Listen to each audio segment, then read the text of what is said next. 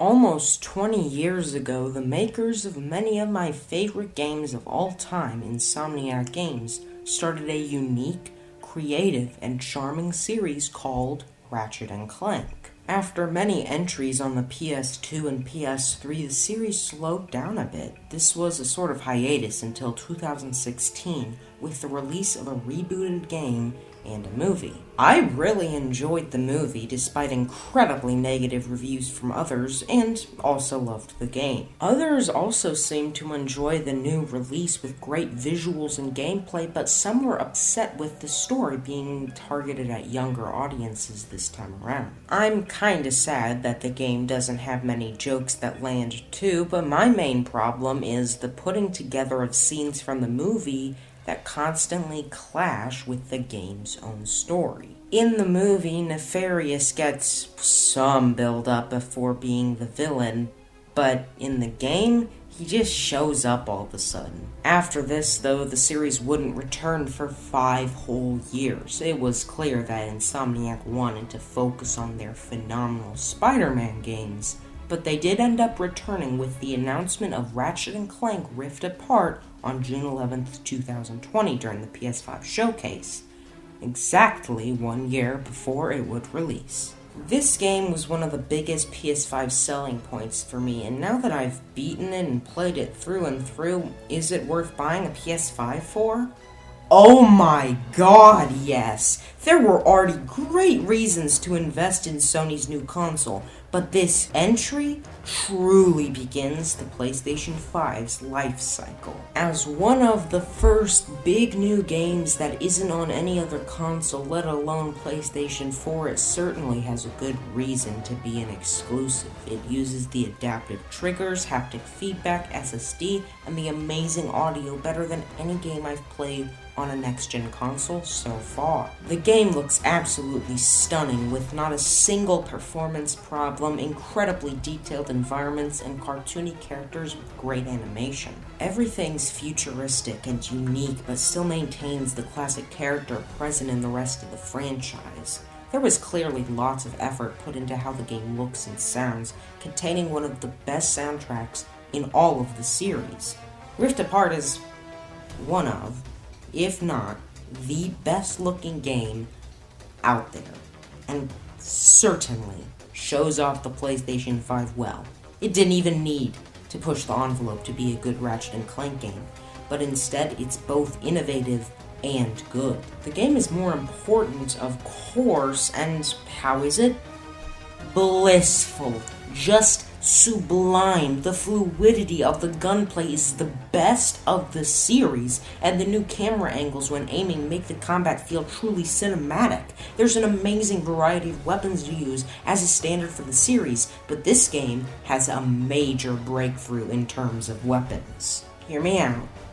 There are a ton of useful ones.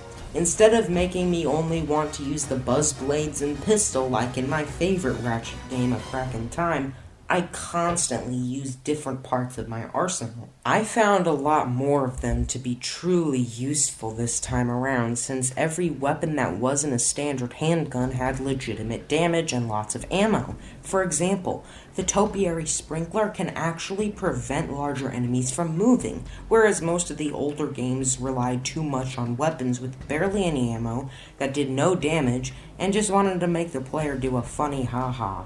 I like weapons like the Sheepinator, sure, but Rift Apart adds a lot of different weapons that are both interesting and effective. Aside from this, it's mostly the same Ratchet gameplay we know and love, but instead using more fluid gameplay and the tech of the PlayStation 5 to propel that formula further. I adore everything about the combat, from how well every move is added to it, to the amazing feeling of the weapons replicated with the triggers and vibrations. I was addicted to upgrading my weapons and wanted to go out of my way to fight every enemy, since using the weapons and attacks was so satisfying and fun. The platforming is also the best in the series. It has lots of verticality, as is typical in 3D platformers, but also has the great horizontal jumping that many 2D platformers house. The Phantom Dash adds a lot of fun sliding around, and paired with the fluid grinding wall running, which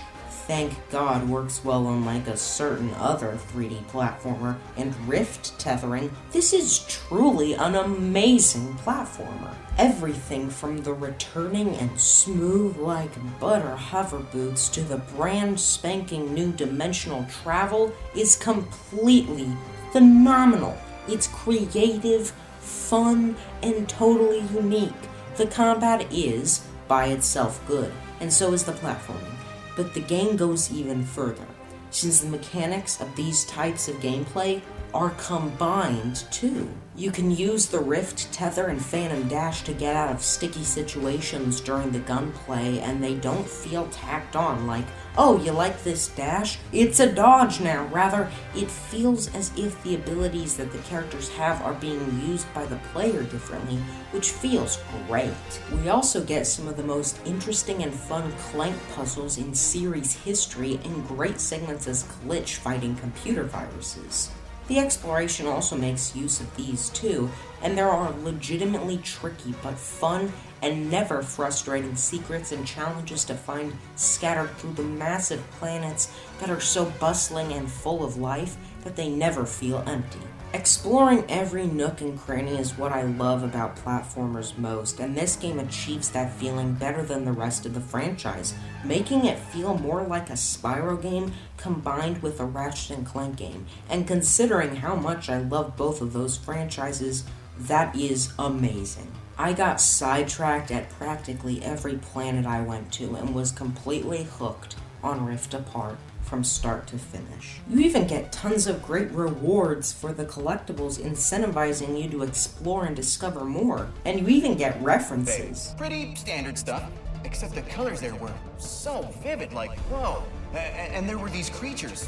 One of them even looked like a Lombax, but he had smaller ears, a mask, and a cane, and I think he was pulling some kind of heist? Whatever it was, it looked cool. Sly 5 confirmed, guys! The gameplay is the best it's ever been and is completely amazing, though I do have a problem with it. Sadly, Ratchet and Rivet have no exclusive mechanics to their characters, but it allows the gameplay to stay consistent. I'd like one exclusive mechanic for each, but this becomes a very minor complaint the more you play.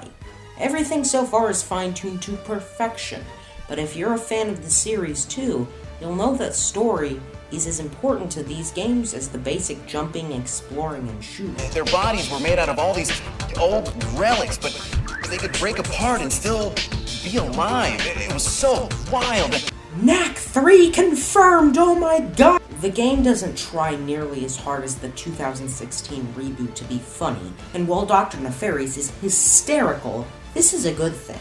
The game isn't very funny other than him, and not focusing on so much on trying to be hip and hilarious prevents me from ever rolling my eyes. I still wish it would be funny, but I appreciate the larger focus on characters. The characters are great. They are all well written and acted, and I love them. Nefarious, Ratchet, and Clank return and are as amazing as ever, but all the new characters are just as likable and fun as the recurring ones. I love the story for its large focus on these characters, and while some events repeat a bit too much sometimes, the story is overall exciting, cinematic, and entertaining throughout. I never got bored, and the story propelled the gameplay to have motivation behind it.